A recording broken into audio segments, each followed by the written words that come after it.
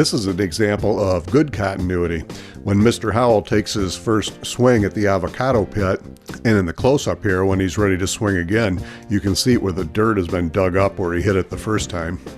And here's a pretty obvious example of a shadow from one of the people on the crew. Here, Gilligan lays the golf clubs down. You can see they scoot backwards. They're not at all over the hole.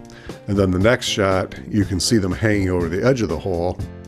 When Mr. Howell falls into this hole, apparently just under the range of what we can see, he slows down as he falls in, so there must have been some kind of a cushion or something that he fell on, because you can tell it's not a natural fall at the end. Here's another example of good continuity. When the girls are fishing with the little fishes and they put it on the hook, and the skipper hauls in the raft, you can actually see the little fish still hooked on the hook, which is hooked on the raft. I analyzed the professor's shoes in this picture. They are Converse brand. I couldn't make out the model, but you can see the bottoms of these match perfectly. Also, I could never figure out why, when they're working on this raft, they didn't pull it up onto the beach into the sand. They work under this thing laying in all this wet slop. It would seem like it would be so much more comfortable to work on it dry. You could always drag it back in the water if you needed to test it.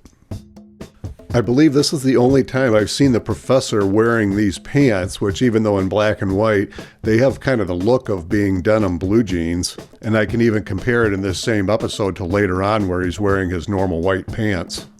It isn't that they're wet in this scene, because they look dry to me, but also the pocket design and everything compared between the two is different. Notice in this sequence, the professor is sitting there eating with everyone else.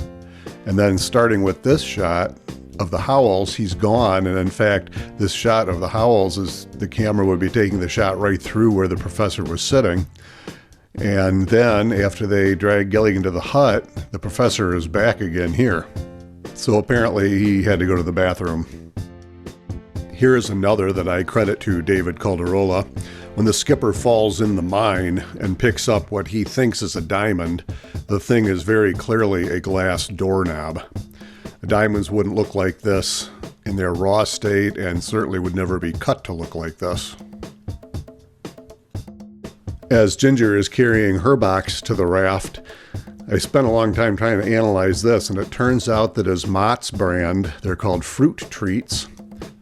And here is the Mott's trademark to compare with what's on the side of this box. Here is an actual picture of Mott's Fruit Treats Chunky Apples and Pineapple. Ginger is carrying chunky apples and apricots. This picture is actually a 1965 rendition of the Mott's Fruit Treat, so it's pretty close to what we're seeing in the show. I have some favorites that I found while doing this analysis, and this is one of them here. As the castaways are struggling in the lagoon with this raft, if you look here on the left in the back, there's a person standing here that looks like it's probably the skipper's double. So they probably had him on hand in case there were some scenes, some dangerous scenes that the skipper had to do, but it's so obvious once you see him over there. And also, during the raft sequence, there's a point here you can see where Mrs. Howell has fallen out of the raft. She goes over the side and she's in the water. And then moments later, she's back in the raft again before everybody else tumbles out.